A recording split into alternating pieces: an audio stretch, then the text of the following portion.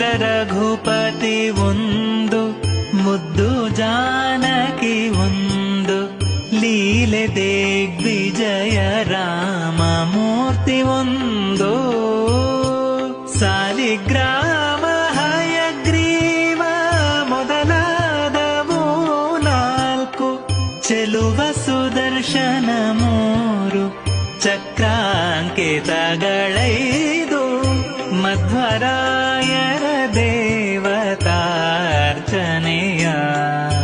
ಪ್ರಸಿದ್ಧ ರಘುನಾಥರು